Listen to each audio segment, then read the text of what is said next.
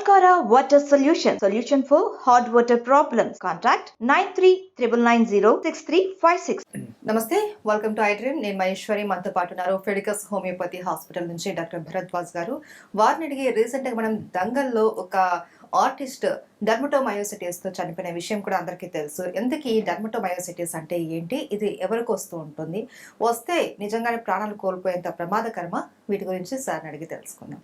నమస్తే సార్. నమస్తే అండి సార్, ఈ డర్మటోమయోసిటీస్ ఈ మధ్య ఎక్కువగా ఆటోఇమ్యూన్ డిజార్డర్స్ లో వినిపిస్తూ ఉన్నాయి. కొత్త కొత్త రోగాలన్నీ బయటపడుతూ ఉన్నాయి, కొత్త కొత్త వ్యాధులన్నీ మనం వింటూ ఉన్నాం. ఈ డర్మటోమయోసిటీస్ అన్నది ఏంటి సార్? సో మనము ఇది కొత్త కాదండి, అంటే ఈ సినీ ఫీల్డ్ కొత్త కాదు. మనము ముందు సమంత అన్నారు కదా, సమంత కూడా మయోసైటిస్ అన్నారు.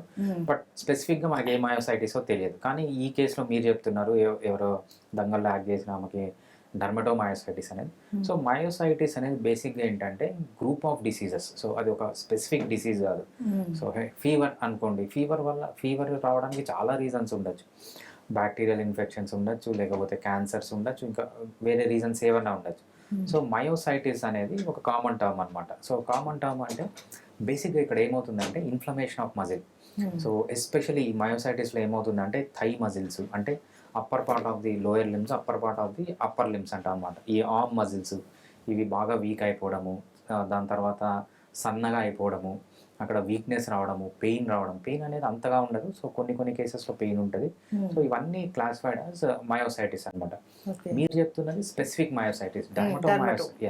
డర్మటోమయోసైటిస్ అనేటప్పుడు ఒక స్పెసిఫిక్ డిసీజ్ అనమాట.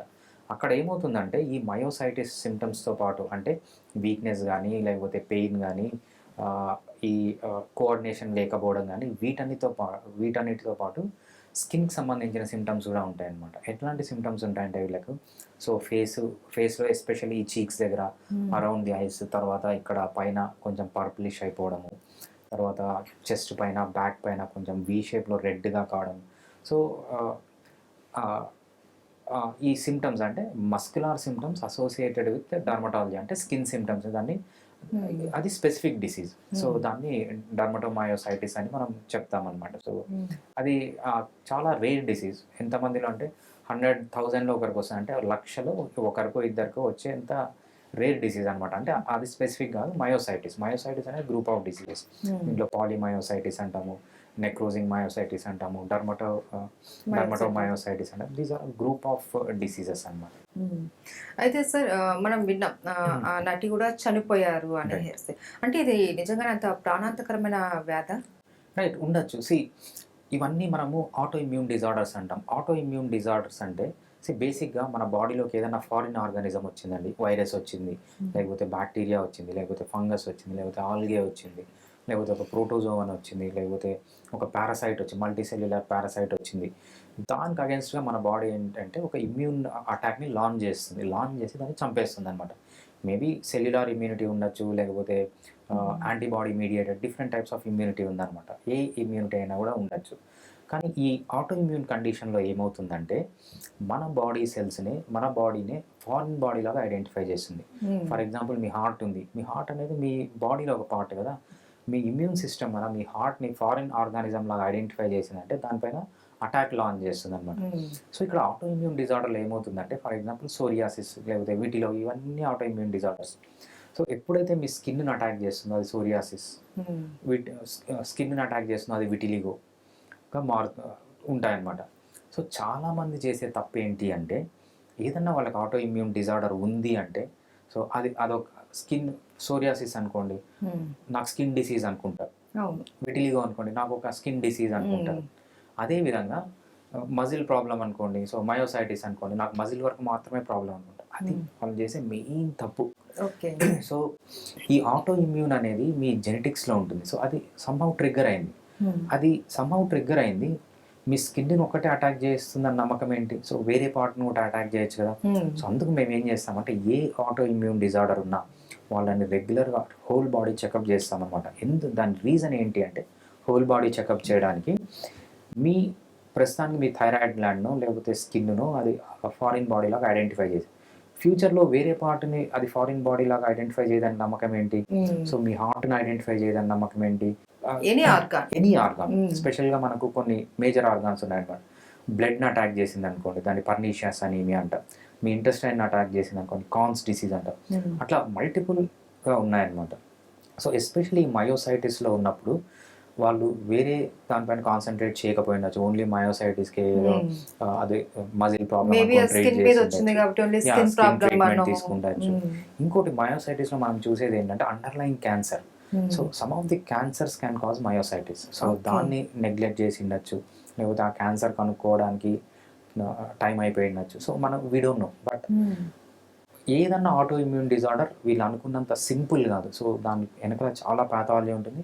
దట్స్ ద రీజన్ వీళ్ళు ఏంటంటే ఒక స్పెషలిస్ట్ డాక్టర్ దగ్గరికి వెళ్ళి హోల్ బాడీ చెకప్ చేయడానికి ఇన్సిస్ట్ చేసి హోల్ బాడీ ట్రీట్మెంట్ తీసుకుంటే సో ఫ్యూచర్లో ఉన్న డేంజర్స్ని మనం అవాయిడ్ చేయగలం. Okay, what is that problem అనేది మనం ఐడెంటిఫై చేసే లోపలని సివియర్ కండిషన్ అయిపోయేసి అది ప్రాణాల మీదకి తీసుకుని వచ్చేంత వ్యాధిగా మారుతుంది అనమాట. రైట్. అయితే మనకు హోమియోలో కూడా వీటికి బెస్ట్ ట్రీట్మెంట్ ఉంటుంది అనేసి అంటారు.